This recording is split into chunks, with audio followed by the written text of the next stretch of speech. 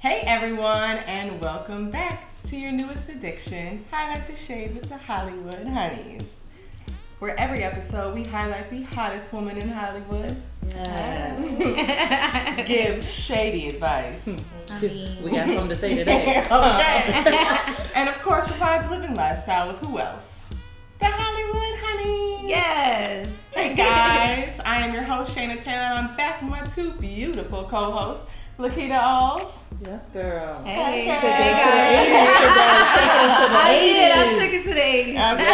And Kiara Randolph. Hey. Blondie. Yeah. She's in LA and the blonde. Right.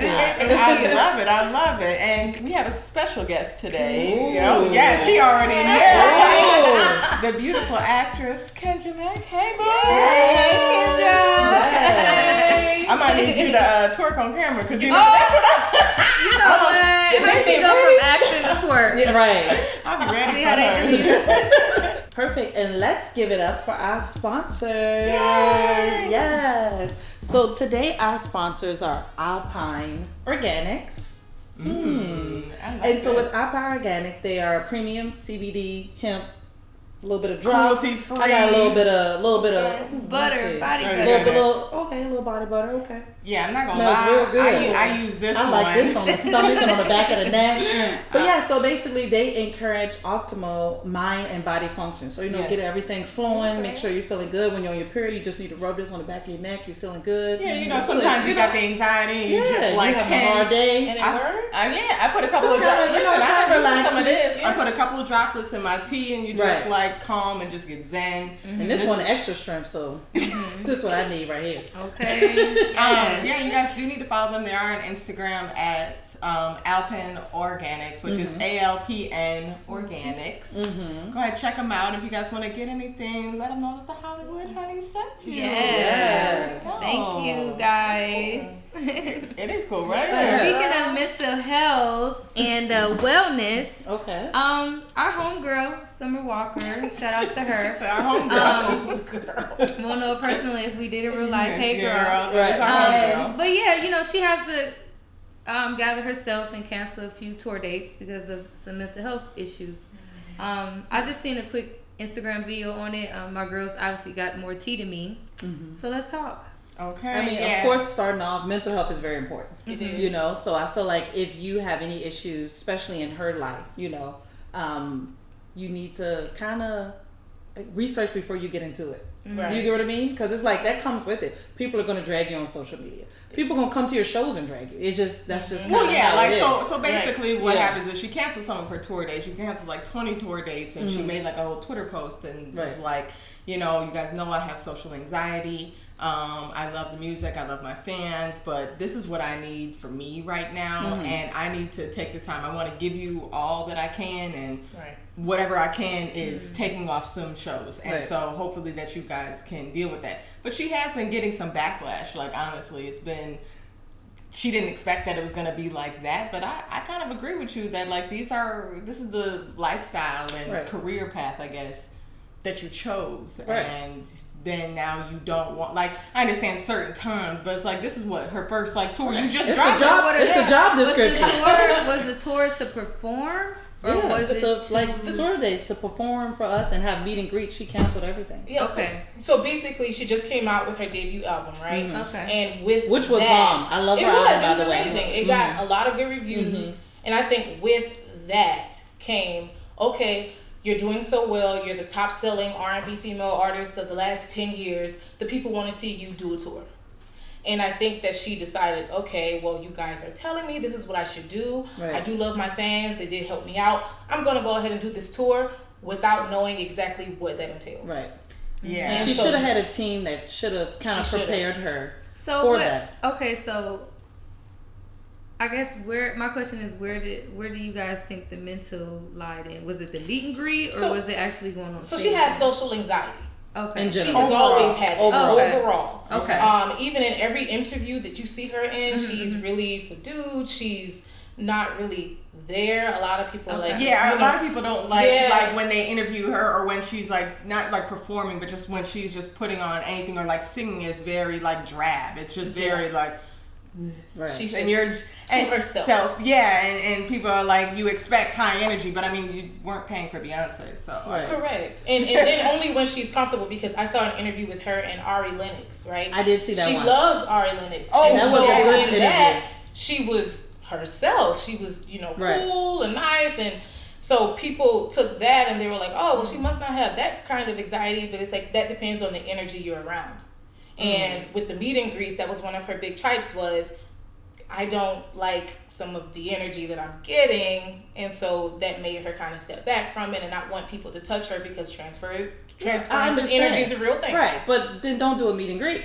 Right. I just feel like do I a think concert. maybe she could have just, I guess, from what I'm hearing and what y'all telling me, I feel like it could have maybe been resolved. I don't know you, sweetheart, and I'm sorry for anything you could be going through.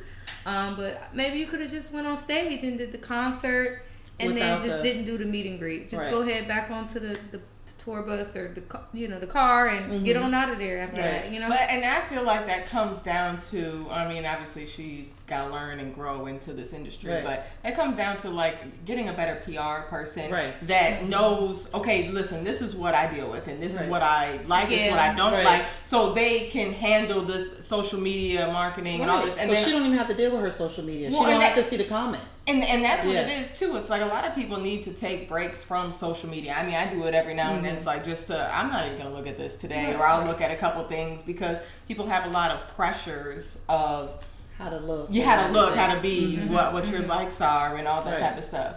So yeah. I'm a big Summer Walker fan. Like I said, the album was great. I just feel right now she should take a step back and just do some ghostwriting.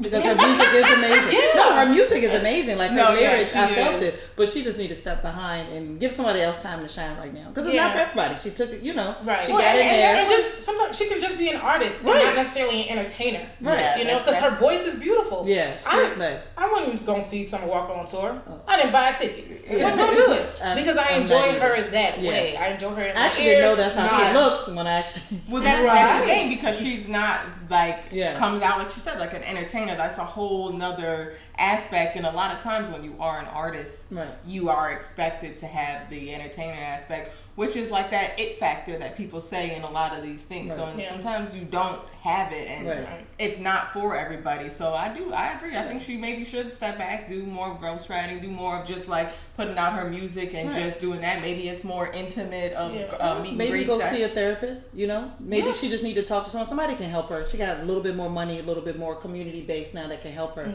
So I mean, Summer Walker, keep doing what you're doing. We love you. Yes. Yeah. And take care of your mental health and your personal space. But speaking of personal space, honey, did y'all see T.I. what he said on the podcast? Baby. About his daughter? Yes. Yeah. She said, yeah. So how do y'all feel? When do you feel, okay, of course you have parents that, tell all your business. You see that tell all people through the media, tell people what he said. So basically, long story short, T.I. went on the podcast and basically said he goes with his daughter for her annual checkups. We get our to the gynecologist. And basically said he checks to make sure she's still a virgin. Yeah. And how does he check? And she is now 18 years old. And how does he check though? Because that's important in this. Well, okay. I feel like this. Honestly, I feel like I'm not really mad at it. To be honest, I'm not.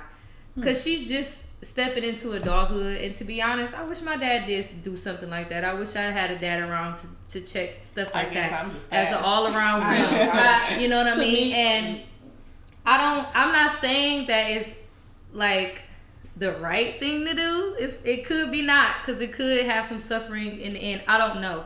But what I am saying is it's okay to save your child to a certain extent, because technically 17 is still a child. 18 damn near still a child. Like, you still probably living off your parents. You still probably doing a lot of things off of them. And I'm not saying that gives them a right to intrude, who you having sex with and how you doing it and whatever the case. But it's okay to protect your child. That's all I'm saying. No, you know what? I totally agree with that. It's like you can't.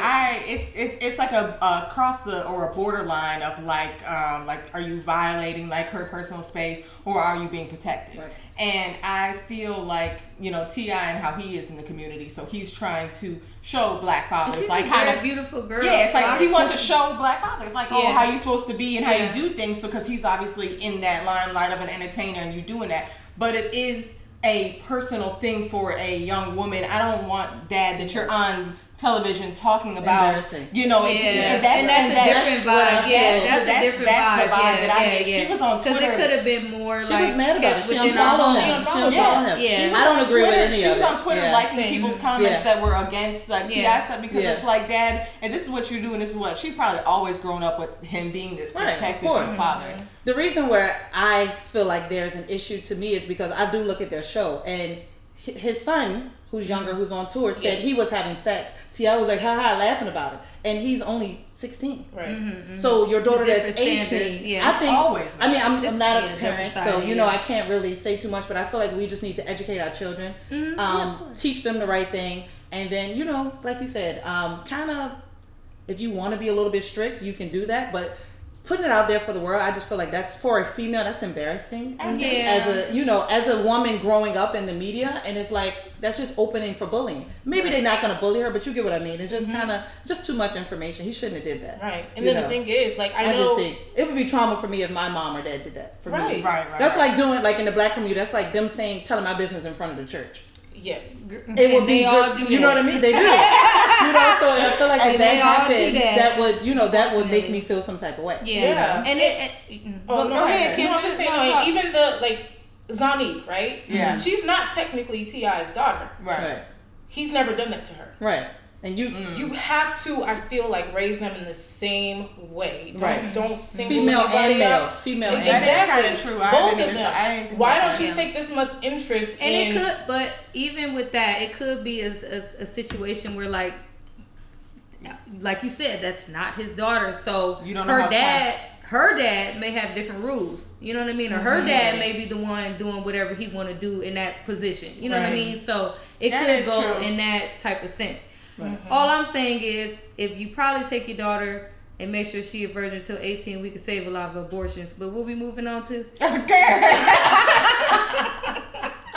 Or she gonna start wilding after 18. Exactly. Well, I think that's, and at that point, you grown. Yeah, it's one of those things that's just like, you know, damned if you do, damned if you don't. Right. And then that's her father. I can't judge him on his parenting skills. That's his child. So I can't. You know what I mean? Like, the fact that he's not an absentee father, the fact that he is there. But don't go run and tell everybody at the church. But now, please don't. He inadvertently sexualized his daughter, though, because nobody was thinking about Deja's virginity before he brought it out. So now you got all these perverts looking at her like, oh, she a virgin. Like, I want to be there first. Like, it is true because he is in the limelight. I know Tiny cussed him out. I know Tiny. I know she was like, now why you want to go do that? Why you want to go do that, girl? Tiny, we want you on the show. I love Tiny. We love you.